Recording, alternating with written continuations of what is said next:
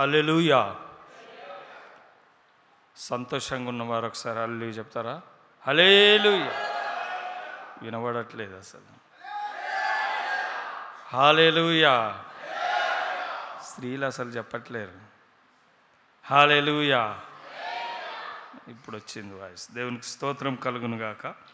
మంచిది ప్రియా దేవుని బిడ్డలారా, ఈ మధ్యాహ్న కాల సమయంలో మరొకసారి దేవుని సన్నిధిలో ఉండడం చాలా సంతోషము.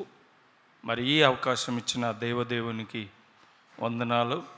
అలాగే ఫస్ట్ పాస్టర్ మరి రెవరెండ్ డాక్టర్ జి సమేలయ్య గారికి వందనాలు. అప్లియేట్ పాస్టర్ డేవిడ్ పాస్టర్ గారికి వందనాలు చెల్లిస్తూ ఉన్నాను. కమిటీ మెంబర్స్కు అలాగే ఓసిపిఎం కన్వీనర్ గారికి వందనాలు. మరి ఇక్కడ మరి ఓసిపిఎం కమిటీ మెంబర్స్కి కూడా ప్రత్యేకమైన వందనాలు. మీకందరికి వందనాలు. Praise the Lord. అందరికీ ప్రైజ్ ద లార్డ్ చెప్పండి అమ్మ. Praise the Lord. దేవునికి స్తోత్రం. మంచిది. నా అంశం ఏంటంటే ఇంకను ఏంటంట చెప్పాలి మీరు. ఇంకను అనండి ఒకసారి. ఇంకను అంటే అర్థం ఏంటి? ఇంకా ఇంకా ముందు ఇంకా ఉన్నది అంటారు కదా. ఏదన్నా ఆర్టికల్ రాసినప్పుడు రాస్తారు ఏమని అంటే ఇంకా ఉంది. ఇంకా అంటే ఇంకా చాలా ఉంది. 2025 సంవత్సరాల నుంచి ఈ బైబిల్ ఇంకా చదవబడుతుంది. చాలా పుస్తకాలు వచ్చాయి, కానీ ప్రపంచంలో ఇంతవరకు ఈ బైబిల్కు సాటి అయిన పుస్తకం ఇంతవరకు రాలేదండి. చూద్దాం ప్రియ దేవుని బిడ్డలారా, మనం చదవబడినటువంటి వాక్య భాగంలోకి వెళదాం.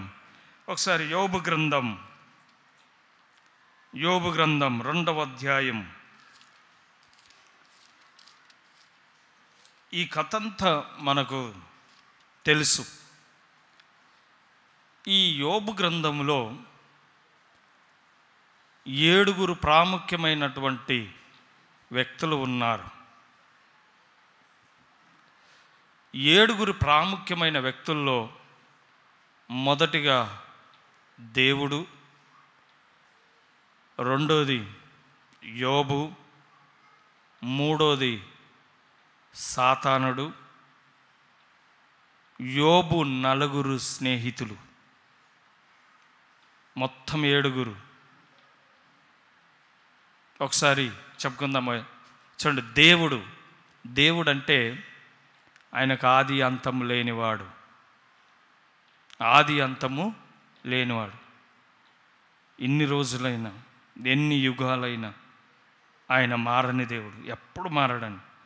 మనుషులు మారుతూ ఉంటారు, కాలం మారిపోతూ ఉంటుంది, పరిస్థితులు మారిపోతాయి, కానీ దేవుడు ఎప్పుడు మారాడు. మనం యోబు కూడా మరి దేవుని యందు భయభక్తులు కలిగిన వాడు కనుక ఆయన కూడా ఏం మారలేడు. సాతానుడు ఎప్పుడు సాతానుకున్న గొప్ప లక్షణం చెప్పన, నేరారోపణ చేసేవాడు. నేరారోపణ చేస్తూ ఉంటాడు.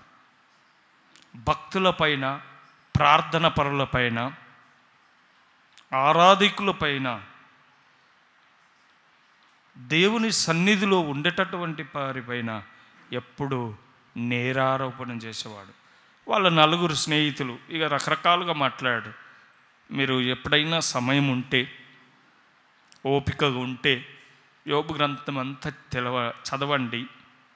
చదివితే వాళ్ళ 4 స్నేహితులు ఒక్కొక్కరు ఏమన్నారో తెలిసిపోతుంది. చూడండి ఆయన ఏమంటాడంటే, యోబు గ్రంథం 2వ అధ్యాయం 3వ వచనం. దేవుడు ఏమంటాడో చూడండి. అందుకే యెహోవా, నీవు నా సేవకుడైన యోబు సంగతి ఆలోచించితివా? చూడండి, దేవుడిచ్చేటటువంటి సాక్ష్యం అండి.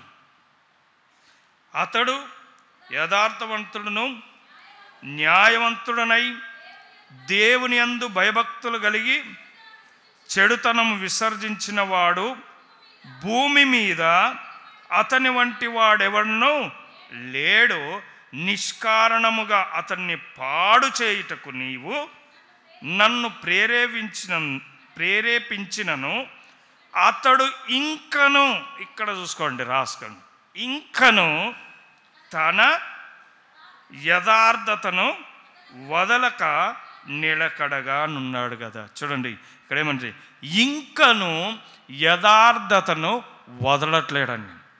మొదటిగా ఏంటి తెలుసా? ఇంకను యోబు యథార్థతను వదలట్లేడని సాక్షాత్తు దేవుడే సాక్ష్యం ఇస్తున్నాడు. సాతానుడేమో యోబు మీద చెడు సాక్ష్యం ఇస్తే, దేవుడు సాతానికి ఏం సాక్ష్యం ఇస్తున్నాడు తెలుసా? ఇంకను యథార్థతను వదలట్లేడు. చూడండి, ఆస్తి పోయింది, అంతస్తులు పోయినాయి, పిల్లలు కూడా చనిపోయారు, అసలు పరిస్థితులు అన్నీ ఏమి లేవు, ఇక జీరో ఉన్నప్పుడు ఆయన ఏమన్నాడు తెలుసా? యెహోవా ఇచ్చాను. అసలు మనకేమన్నా జరిగిందనుకోండి, ఏం దేవుడో ఏమో అనమా? అసలు ఏం దేవుడో ఏమో, ఎందుకు ఇట్లా చేసిండు, అసలు దేవుడు అయితే ఉన్నాడంటారా? ఎన్నిసార్లు అన్నాము కదా మనం. ఈయన ఏమంటుండంటే, అసలు దేవుడు సాక్ష్యం ఇచ్చినప్పుడు ఈయన గురించి, యోబు గురించి, మన గురించి దేవుడు ఎలాంటి సాక్ష్యం కలిగి ఉన్నాడు? ఏం చెప్తున్నాడు సాతాను దగ్గర? బైబిల్లో చాలామంది గురించి దేవుడు సాక్ష్యం చెప్పాడు, అది వేరే విషయం. కానీ ఈయన గురించి అయితే అన్నీ పోయినా కూడా ఇక ఏం లేదు, ఆయన ఒక్కడే మిగిలిపోయాడు, ఆయన భార్య. ఇక ఏం జీరో ఉన్న సమయంలో ఆయన యథార్థతను వదలట్లేదండి. మీకు కొంచెం లోతుల్లో తీసుకెళ్తాను, చూడండి ఒకసారి.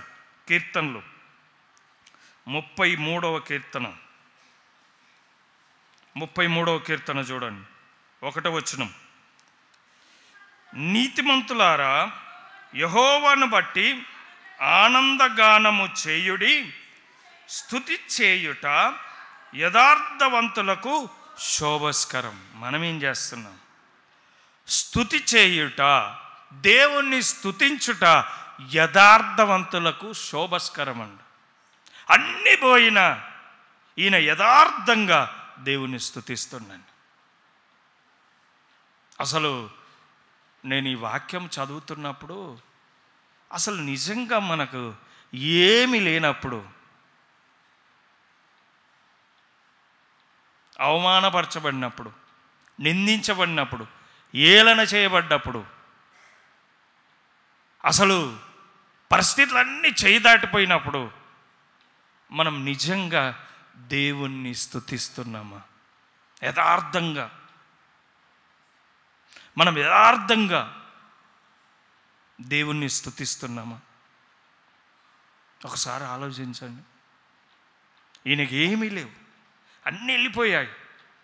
ఆయన భార్య కూడా 2వ అధ్యాయంలో ఏమంటుంది తెలుసా? మన తెలంగాణ భాషలో చెప్పాలంటే, ఏంటయ్యా ఊకే దేవుడు అని చచ్చిపోరాదా అని ఉంటుంది. అవునా? ఎన్ని మీరు చదవండి, చూడండి ఒకసారి. యోబు గ్రంథం 2వ అధ్యాయము,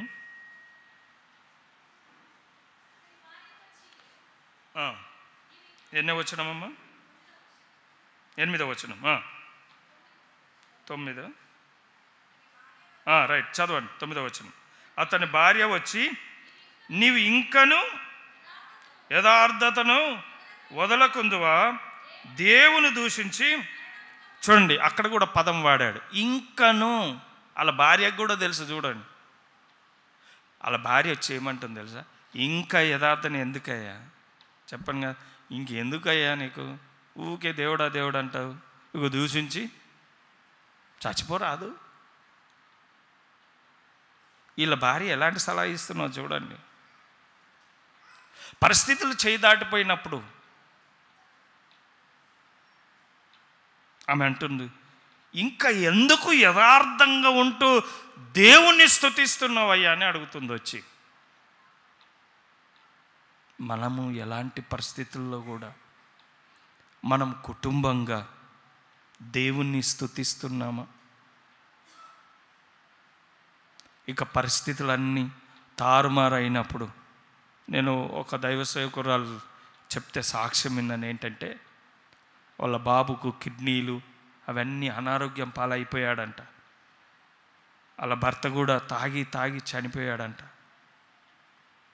ఆమె వెళ్ళి ఒక హాస్పిటల్కు, ఆమె తెలిసిన డాక్టర్ అమ్మ ఉన్నదని ఆమె దగ్గరికి తీసుకెళ్ళిందంట. ఇది వచ్చింది మీకు కూడా తెలుసు. తీసుకెళ్తే ఆ డాక్టర్ అమ్మ, ఈమె తెలిసిన ఆమె విధవరాలు, ఎవ్వరు దిక్కు లేదు, పరిస్థితులు ఏం లేవు, అడ్మిట్ చేసుకుంది. ఆ ట్రీట్మెంట్కు 60,000 ఏమో కావాలంట. ఈ 60,000 ట్రీట్మెంట్కు ఎక్కడి నుంచి వస్తాయి అంటే, ఆమె డాక్టర్ అందులోనే పనిచేస్తారు కాబట్టి నేను చూసుకుంటాను, పెద్ద డాక్టర్ అక్కడ ఉన్న వాళ్ళకి అందరికి చెప్పింది. వెళ్ళిపోయి తన పనుల్లో నిమగ్నం అయిపోయింది. బాబు అన్కాన్షియస్, బాబుకి ఏం తెలియదు. ఈమె వెళ్ళి ప్రార్థన చేస్తుందంటండి. అసలు యమ ప్రార్థన చేస్తుందంట కన్నీటి కారుస్తూ. ఎక్కడి నుంచి వచ్చాయో తెలియదు, ఎలా వచ్చాయో తెలియదు. ఆ మనీ పే చేయబడ్డదంట.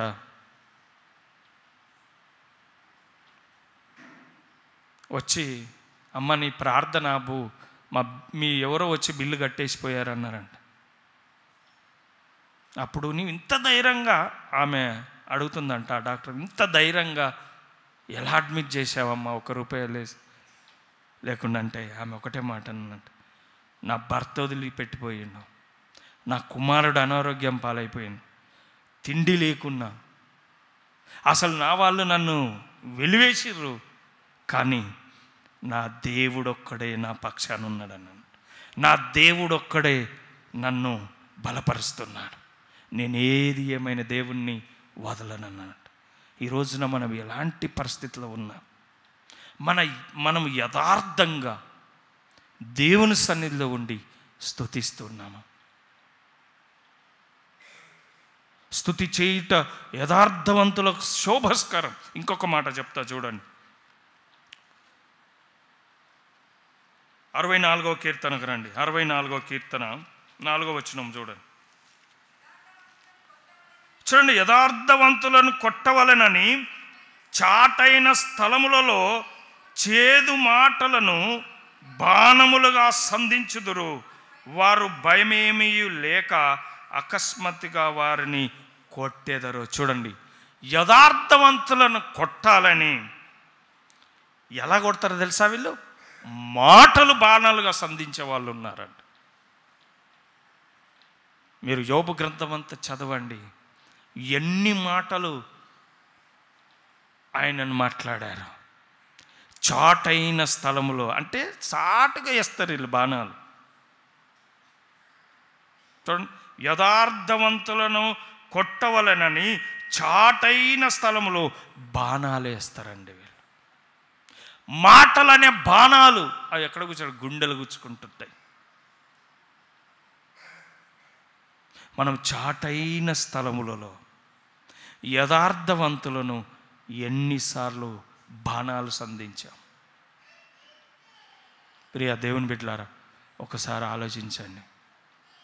ఎన్ని మాటల ద్వారా మనము బాణాలుగా వేశాం, ఎన్నిసార్లు యథార్థవంతులను బాణాలుగా మాటలు సంధించాం. ఒకసారి ఆలోచించండి. ఒకసారి మనం ఆలోచన చేయాలండి, బాణాలు లాంటి మాటలు ఎన్నిసార్లు అన్నామో మన జీవితంలో.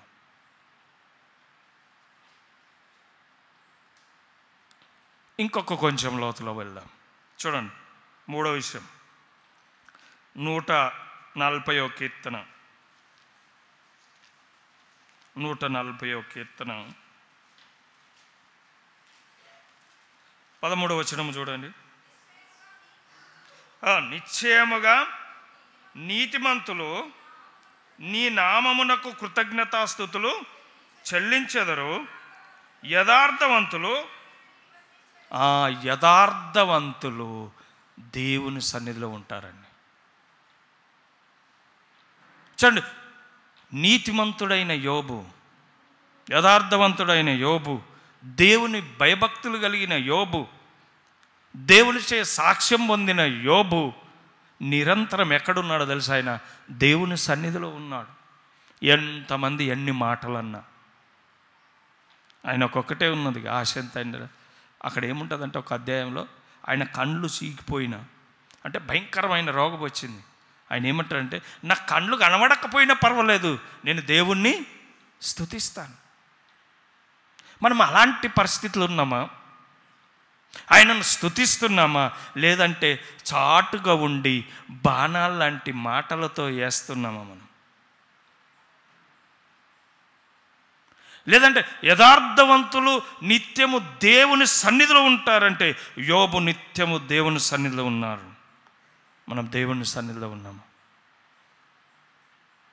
నేను చెప్పడం కాదండి, దేవుని వాక్యం చెప్తుంది. యోబు అంటే అర్థం ఏంటంటే, దేవుని తట్టు తిరుగువాడు.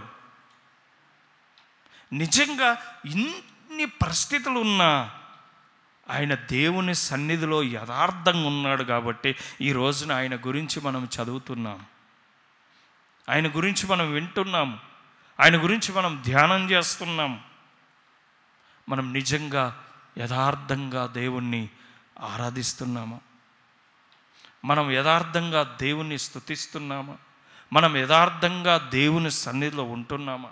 మనం యథార్థంగా దేవుని సన్నిధికి వస్తున్నామా? ఒకసారి మనము మన జీవితాన్ని పరీక్షించుకోవాలండి, ఆలోచన చేసుకోవాలి. దేవా, నేను యథార్థంగా నిన్ను స్తుతిస్తున్నానా? నేను యథార్థంగా నీ సన్నిధిలో ఉంటున్నానా? లేదంటే యథార్థవంతులను చాటైన స్థలంలో బాణాలు లాంటి మాటలు అంటున్నానా? మీరు గమనించండి, ఇదే యోబు చివరిలో ఎలా ఉంటుందో తెలుసా? వాళ్ళందరి కోసం ప్రార్థన చేశాడు ఈయన. ఎంతమంది ఎన్ని మాటలన్నా ఏముంటుంది? అతడు ఆయన స్నేహితుల నిమిత్తము, బంధువుల నిమిత్తము ఆయన ప్రార్థన చేశాడంట. అందుకనే ఆయన అంతగా దీవించబడ్డాడండి. ఇంకోటి చెప్పనా, వాళ్ళ భార్య మళ్ళీ పిల్లలను కనడం అంటే మామూలు విషయం కాదు. అన్నీ పోయినా ఒకసారి ఆలోచించండి. రెండో విషయం చెప్తాను చూడండి. మొదటి సమూయేలు గ్రంథం, ఒకసారి మొదటి సమూయేలు గ్రంథంకి రండి. 2వ అధ్యాయం మనకు అందరికీ సుపరిచితమైనటువంటి వాక్య భాగం, చాలాసార్లు చదివాము, విన్నాము. 2వ అధ్యాయము 26వ వచనం. 2వ అధ్యాయం 26వ వచనం. బాలుడగు సమూయేలు ఇంకను ఎదుగుచు యెహోవా దయ యందును మనుషుల దయ యందును వర్ధిల్లుచుండెను. ప్రియ దేవుని బిడ్డలారా, రెండోది ఏంటంటే, ఇంకను దేవుని దయ యందును మనుషుల దయ యందును వర్ధిల్లుచుండెను. ఇంకను మీకు తెలుసు, షిలోహు మందిరము అసలు ఎలాంటి పరిస్థితిలో ఉందో మీకు చెప్తాను కొన్ని విషయాలు. షిలోహు మందిరంలో ఎలాంటి పరిస్థితులు ఉన్నాయి? అలాంటి పరిస్థితుల్లో ఒక స్త్రీ, ఒక గొడ్రాలైనటువంటి స్త్రీ, పిల్లలు లేనటువంటి స్త్రీ, అవమానపరచబడినటువంటి స్త్రీ, హేళన చేయబడ్డటువంటి స్త్రీ, తృణీకరించబడినటువంటి ఈమె కుటుంబంలో, సంఘంలో, సమాజంలో ఆమె వెళ్ళి మొదటి అధ్యాయంలో ఆమె ఏముంటుంది తెలుసా? ఆమె హృదయం ఏం చేసిందంటే దేవుని సన్నిధిలో కుమ్మరించిందంట. కుమ్మరించింది. అక్కడ ఉన్నటువంటి పరిస్థితి ఏంటి తెలుసా? ఏలి అంటాడు, ఏమమ్మా, మన భాషలో తాగి వచ్చి ఏడుస్తున్నావా అని ఉంటాడు. ఇలా లేదు కానీ వేరే టైప్ ఉంది. ఏమమ్మా, తాగొచ్చి ఏడుస్తున్నావా? ద్రాక్షరసం తాగొచ్చి? అయ్యా, నేను అలా కాదయ్యా, నా హృదయాన్ని నేను దేవుని సన్నిధిలో కుమ్మరిస్తున్నాను. అక్కడ ఉన్నటువంటి పరిస్థితులు చూడండి, మీకు చెప్తాను ముందు ముందు. ఈమె వెళ్ళి ప్రార్థన చేస్తే దేవుడు ప్రార్థన విని ఒక కుమారుణ్ణి ఇస్తే కొన్ని రోజుల తర్వాత ఆ కుమారుని తీసుకెళ్ళి షిలోహు మందిరములో వదిలిపెట్టాను. ఇది న్యూస్. షిలోహు మందిరములో ఆయనను వదిలిపెట్టింది. ఎలాంటి పరిస్థితుల్లో చూడండి. అసలు నేను డిక్షనరీలో కొన్ని కాన్ఫిడెన్స్లు చూస్తే అక్కడ ఉన్నటువంటి పరిస్థితులు చాలా భయంకరంగా ఉన్నాయి. అక్కడెళ్ళి ఈమె ప్రార్థన చేస్తే, ఈమె కన్నీరు గారిస్తే, ఈమె అవమానానికి ప్రతిగా రెట్టింపు దీవెనలు ఇచ్చాడండి. అక్కడ ఏముంటుందంటే, ఇంకను, ఈ మాట మీరు జ్ఞాపకం పెట్టుకోండి, ఇంకను దేవుని దయందును మనుషుల దయందును వర్ధిల్లుచుండెను. మొదటిగా చూడండి 2వ అధ్యాయం 12వ వచనం చూడండి. 2వ అధ్యాయం 12వ వచనం చూడండి. ఏలి కుమారులు యెహోవాను ఎరుగని వారై మిక్కిలి దుర్మార్గులై ఉండిరి. చూడండి, ఇంకను ఈ వ్యక్తి దుర్మార్గుల మధ్యన వర్ధిల్లాడండి. అక్కడ ఉన్నటువంటి పరిస్థితులు ఏంటి తెలుసా? ఏలి కుమారులు దుర్మార్గులు. ఈ దుర్మార్గుల మధ్యన ఈయన ఏమవుతున్నాడు తెలుసా? ఇంకను దేవుని దయందును మనుషుల దయ. దుర్మార్గులు ఉన్నటువంటి స్థలములో, ఒక మందిరములో, షిలోహు అనే మందిరములో, దుర్మార్గులు ఉన్నటువంటి మందిరములో ఒక వ్యక్తి ఎలా ఉన్నాడు తెలుసా? దేవుని దయందును మనుషుల దయందు వర్ధిల్లుతున్నాడండి. ఒక చిన్న అబ్బాయి 13-15 ఏళ్ళు ఉండొచ్చు. ఆ రోజుల్లోనంట, ఇది ఎక్కడున్నదని మాత్రం అడగకండి, 13 సంవత్సరాలు పాలు ఇచ్చేవాళ్ళు అంట తల్లులు. పాలు మాన్పించిన వెంటనే ఆయన తీసుకెళ్ళి షిలోహు మందిరంలో వదిలిపెడితే అక్కడ ఉన్నటువంటి పరిస్థితులు ఎలా ఉన్నాయో తెలుసా? ఆయన ఇంకను దేవుని దయందును మనుషుల దయందును దుర్మార్గుల మధ్యన వర్ధిల్లుతున్నాడండి. ఈయన ఎవరు? ఈయన సమూయేలు. చాలా గ్రేట్ ప్రవక్త, ఈయన గొప్ప ప్రవక్త, యాజకుడు. అంత మాత్రం కాదు, రాజులను అభిషేకించేంత దేవుడు దీవించినటువంటి వ్యక్తి.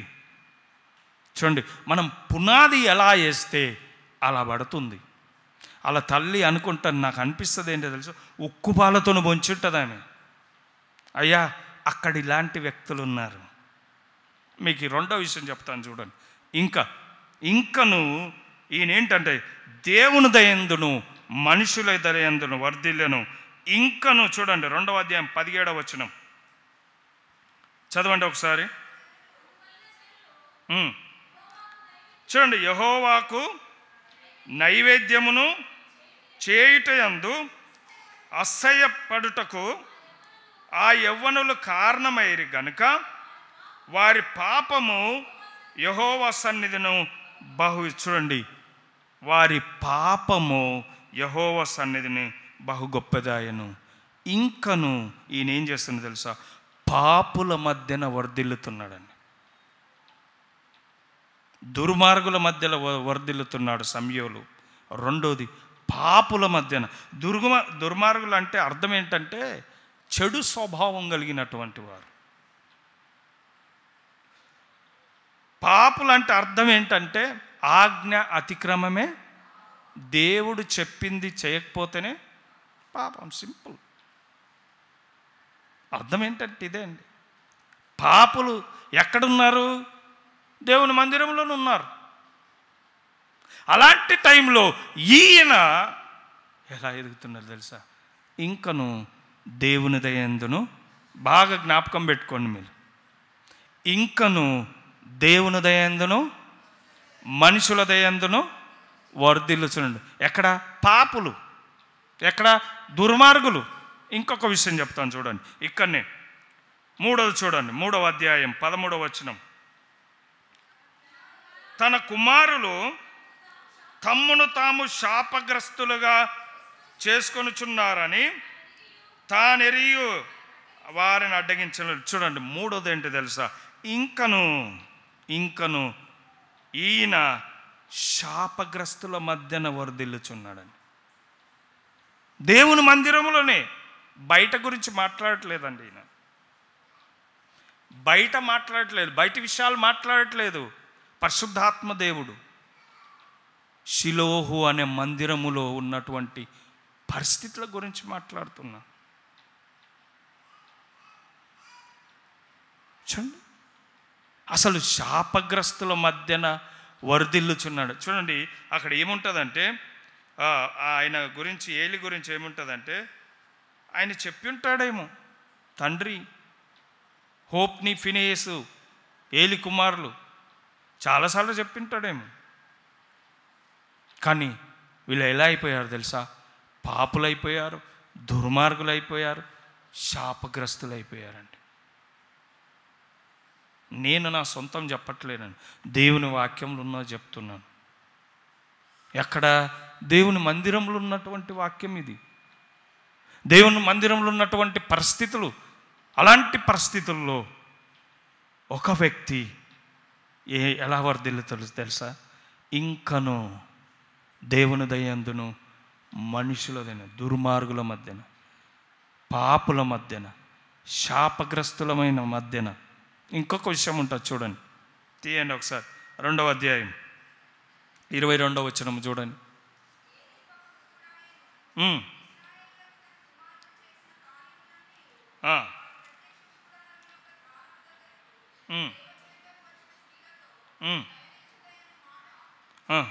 చూడండి, అక్కడికి వచ్చినటువంటి స్త్రీలతో శయనించుట అనే మాట ఏంటి తెలుసా?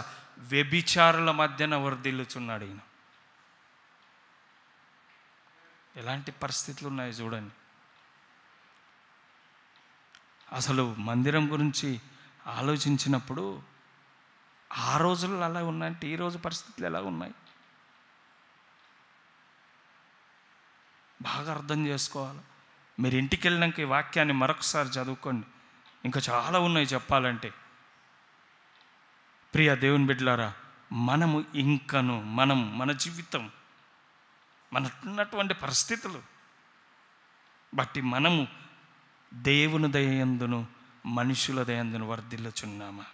ప్రశ్న. ఏ పరిస్థితులు ఏమైపోయినా రాబోయే దినాలు ఎలా ఉంటాయో తెలియదండి, పరిస్థితులు ఎలా ఉంటాయో తెలియదు. ముందున్నటువంటి సువార్త ఇప్పుడు లేదు. భయంకరమైన పరిస్థితులు. ఎక్కడ పడితే అక్కడ సేవకులను కొడుతూనే ఉన్నారు, చంపుతున్నారు, జైళ్ళలో అక్రమ కేసులు పెట్టి జైళ్ళల్లో కూడా వేస్తూ ఉన్నారు. అంటే ఇంకా రాబోయే దినాలు ఎలాంటి పరిస్థితులు వస్తాయో తెలియదు. మన మందిరంలో ఏం చేస్తున్నాం? మన మందిరంలో దేవుణ్ణి స్తుతిస్తున్నామా? యథార్థంగా, నమ్మకంగా, ఎలాంటి పరిస్థితులు వచ్చినా. చూడండి, ఈయన ఇంకను దేవుని దయందును మనుషుల దయందును వర్ధిల్లుచున్నాడంటే అక్కడ ఉన్నటువంటి పరిస్థితులు, దుర్మార్గులు ఉన్నారు, వ్యభిచారులు ఉన్నారు, శాపగ్రస్తులు ఉన్నారు, పాపులు ఉన్నారు. అలాంటి సందర్భంలో ఈయన వర్ధిల్లుచున్నాడు. మన పరిస్థితి ఏంటో, మన జీవితం ఏంటో, మనం దేవుని సన్నిధిలో ఉన్నటువంటి మనం ఎలాంటి జీవితం కలిగి ఉన్నాము? 3వ విషయం చెప్తాను. దానియేలు గ్రంథం కరండి. దానియేలు గ్రంథం 9వ అధ్యాయం. దానియేలు గ్రంథం 9వ అధ్యాయం 20వ వచనం చూడండి. చూడండి, నేను ఇంకా పలుకుచు ప్రార్థన చేయుచు పవిత్ర పర్వతము కొరకు నా దేవుడైన యెహోవా ఎడల నా పాపమును నా జనము యొక్క పాపమును ఒప్పుకొనుచు నా దేవుణ్ణి విజ్ఞాపన చేయుచుంటిని. చూడండి ఇక్కడ ఏమంటున్నాడో తెలుసా? 3వది, ఇంకా పలుకుచు ప్రార్థన చేస్తున్నాడు దానియేలు. 3వది ఏంటంటే ఇంకను ప్రార్థన చేస్తున్నామా? మనం నిజంగా మనం ఇంకా ప్రార్థన చేస్తూనే ఉన్నామా? ఏమని ప్రార్థన చేస్తున్నా తెలుసా? ఆయన చూడండి, దానియేలు ఎలాంటి ప్రార్థన అంటే, నా పాపము, నా ప్రజల పాపము ఏం చేస్తున్నాడు? ఒప్పుకుంటున్నాడు. మనం వ్యక్తిగతంగా నా పాపము, నా ప్రజల పాపము అన్నీ దేవుని సన్నిధిలో ఒప్పుకుంటున్నామా? మనకి ఇక్కడ పరిస్థితులు కూడా చాలా దారుణంగా ఉన్నాయి, అవన్నీ చెప్పడానికి సమయం లేదు. నిజంగా మనము మన పాపాలు, మన ప్రజల పాపాలు ఒప్పుకుంటున్నాము. మీకు మంచి ఉదాహరణ ఏంటంటే, ఒక తెగులు వస్తున్నది. ఆ తెగులు వచ్చేటప్పుడు మోషే, ఆరోన్ ఏం చేశారు తెలుసా? దేవునికి, ఈ తెగులుకు, ప్రజలకు, దేవునికి ప్రజలకు, వీళ్ళు ప్రజలకు మధ్య నిలబడ్డారండి. అక్కడ ఏముంటుందంటే సంఖ్యాకాండంలో తెగులు ఆగిపోయానని ఉంటుంది. నిజంగా మనము మన కొరకు, మన పాపాలు, మన ప్రజల పాపాలు దేవుని సన్నిధిలో ఒప్పుకుంటున్నాం. ఒక ఆయన ఏమన్నాడు తెలుసా? అయ్యా పాపి అంటే, పాస్టర్ గారు నేను ఏం పాపం చేయలేను, ఇంకోసారి మాట్లాడకండి, నేనేం పాపం చేయలేను. అట్లాంటి వాళ్ళు చాలామంది ఉన్నారు. చెప్పాను కదా, ఆజ్ఞ అతిక్రమమే పాపం. అందులో చాలా విషయాలు ఉన్నాయి, లోతైన మాటలు ఉన్నాయి. అందుకనే ఎప్పుడు దేవుని సన్నిధిలోకి వెళ్ళినప్పుడు యథార్థంగా మనం ఒప్పుకుంటున్నాము మన పాపాలు, మన ప్రజల పాపాలు. ఇంకొక విషయం చెప్తాను చూడండి. ఇక్కడ దావీదు ప్రార్థన చేస్తాడు 51:5. నేను నా తల్లి గర్భంలో నుండి దిగంబరిగా, అంతేనా? తప్పు నేను చెప్పింది, మీరు యోబు చెప్పింది చెప్తారు. తీయండి ఒకసారి 51:5. నేను పాపంలోనే పుట్టాను. చూడండి, పాపంలోనే నా తల్లి, నేను పాపంలోనే పుట్టినాను, నా తల్లి పాపంలోనే పుట్టాను అని దావీదు ప్రార్థన చేస్తున్నాడు. బెత్షెబా దగ్గరికి వెళ్ళి పాపం చేసిన తర్వాత ఆయన వచ్చి పశ్చాత్తాపడి ప్రార్థన చేస్తున్నాడు. ఏమని తెలుసా? నేను పాపంలోనే పుట్టిన, వ్యక్తిగతంగా. చూడండి, దావీదు ప్రార్థన వ్యక్తిగతంగా ఏం చేస్తుండో తెలుసా? నేను పాపంలోనే పుట్టాను, పాపంలోనే నా తల్లి గర్భం ధరించిందని ప్రార్థన చేస్తున్నాడు. మనం ఇలాంటి అంత పెద్ద దావీదే.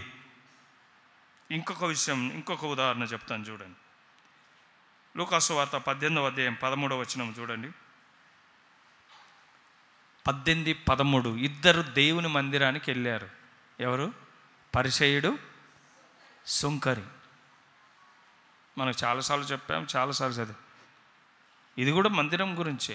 వీళ్ళిద్దరు అంటే యేసుక్రీస్తు ప్రభువు శరీరధారిగా ఉన్నటువంటి సమయంలో ఆయన చెప్పిన ఉపమానం ఇది. ఇద్దరు దేవుని మందిరానికి వెళ్ళారు. ఒకడేమో పరిసయ్యుడు, ఒకడేమో సుంకరి. వీళ్ళిద్దరు ఎలా ప్రార్థన చేస్తున్నారో మనకు తెలుసు. ఒకడేమో నేను ఉపవాసం ఉంటున్నాను, అది చేస్తున్నా, ఇది చేస్తున్నా. అసలు పరిసయ్యుని ప్రార్థనే చూడండి. అలాంటి ప్రార్థనలు పరిసయ్యుడు చేస్తుంటే సుంకరి ఏమని ప్రార్థన చేస్తాడో తెలుసా? దేవా, పాపినైన నన్ను,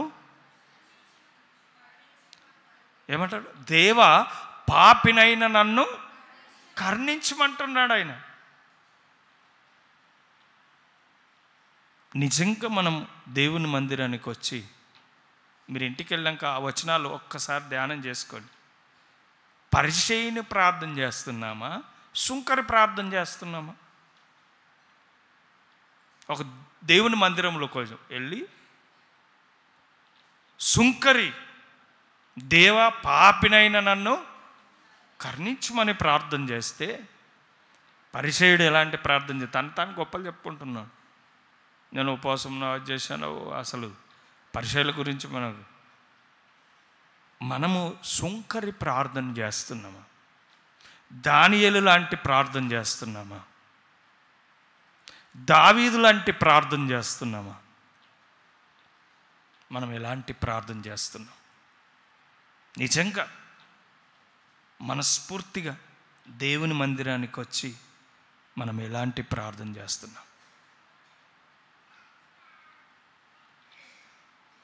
ఒకసారి ఆలోచించాలి. ఇంకొక మాట చెప్పి నేను ముగిస్తాను. నాలుగోదిగా చూడండి, కీర్తనల గ్రంథం 78వ కీర్తన చెప్పి నేను ముగిస్తాను. 78వ కీర్తన 32వ వచనం చూడండి.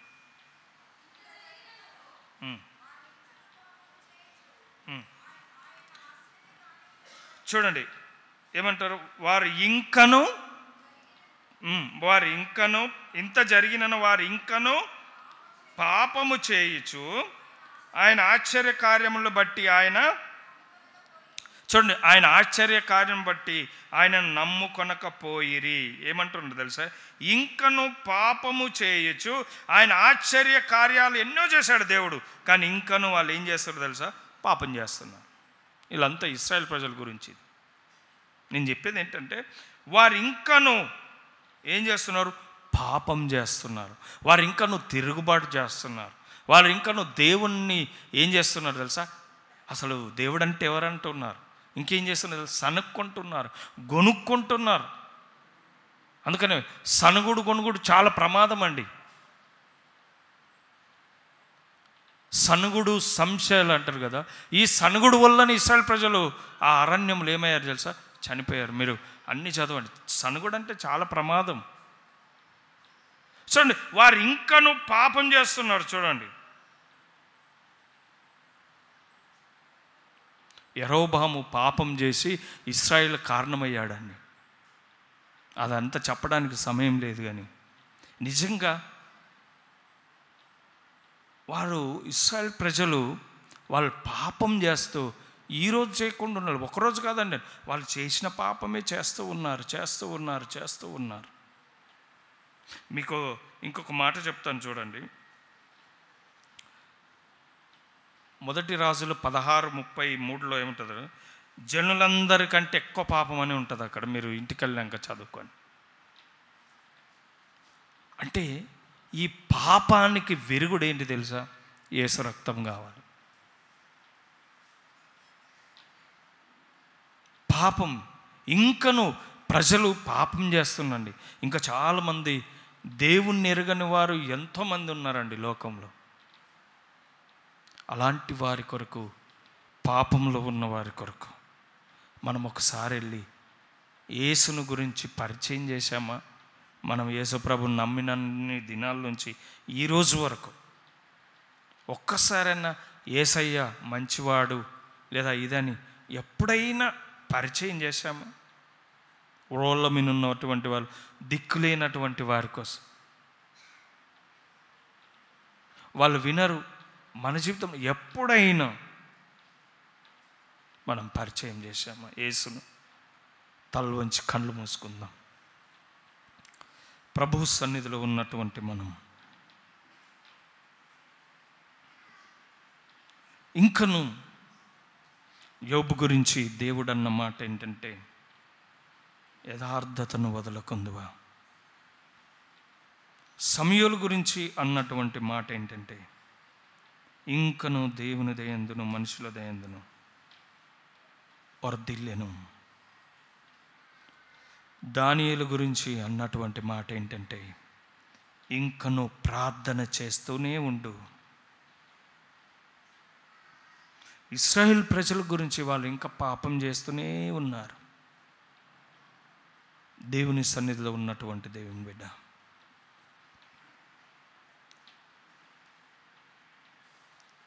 ఎన్ని కష్టాలు వచ్చినా, ఎన్ని నష్టాలు వచ్చినా, పరిస్థితులన్నీ చేయి దాటిపోయినా, యథార్థంగా ఉన్నామా? యథార్థంగా దేవుణ్ణి మనం స్తుతిస్తున్నామా? యథార్థంగా దేవుని సన్నిధిలో ఉంటున్నామా? ఆ యథార్థవంతులను మాటలు బాణాలుగా సంధిస్తున్నామా? ఒక్కసారి దేవుని సన్నిధిలో ఉన్నటువంటి మనం ఒక్క నిమిషం ఆలోచన చేద్దామా? సమూయేలు గురించి అన్నమాట, ఇంకను దేవుని దయయందును మనుషుల దయందును వర్ధిల్లెను. దుర్మార్గుల మధ్య వర్ధిల్లాడాయన, పాపుల మధ్యన వర్ధిల్లాడాయన, శాపగ్రస్తుల మధ్యన వర్ధిల్లాడాయన, వ్యభిచారుల మధ్యన వర్ధిల్లాడు. మూడోది ఏంటంటే ఇంకను ప్రార్థన చేస్తున్నాడు దానియేలు. నా పాపము, వ్యక్తిగతంగా నా పాపము, నా ప్రజల పాపము నీ సన్నిధిలో ఒప్పుకుంటున్నానయ్యా అని ప్రార్థన చేస్తున్నాను. దావీదు, నేను తల్లి గర్భంలోనే నేను పాపంలోనే పుట్టానని ఒప్పుకుంటున్నాడు. సుంకరి ప్రార్థన, దేవా పాపినైనా నన్ను కరుణించయ్యా. ఇంకను నాలుగోది పాపం చేస్తున్నారు ఇశ్రాయేల్ ప్రజలు. దేవుడు ఎన్ని అద్భుత కార్యాలు చేసిన, ఏం చేసినా ఇంకా పాపం చేస్తూనే ఉన్నారు. పాస్టర్ గారు నాతోనే మాట్లాడాడు దేవుడని. ఒక్క నిమిషం ప్రభువు సన్నిధిలో ఉన్నటువంటి మనందరం ఒక చెయ్యి హృదయం పైన పెట్టుకొని, ఒక చెయ్యి దేవుని వైపు చాపి, ప్రభువా ఈ వాక్యం ద్వారా నాతోనే మాట్లాడేవయ్యా, సూటిగా స్పష్టంగా నన్ను దర్శించావయ్యా, మాట్లాడినందుకు వందనాలని ఒక్క నిమిషం ప్రార్థిస్తావా? దేవుడు నీ ప్రార్థన వినడానికి సిద్ధంగా ఉన్నాడు. ప్రార్థిస్తావా? ఈ సమయం నీదే. ఒక్క నిమిషం, ఈ ఒక్క నిమిషం చేసే ప్రార్థన మన జీవితాన్నే మార్చవచ్చు. ప్రభువా నీ వాక్యం ద్వారా నాతోనే మాట్లాడేవయ్యా.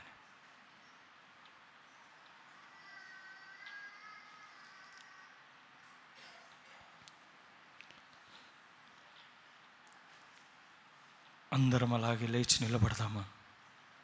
ఒక్క నిమిషం ప్రభు సన్నిధిలో.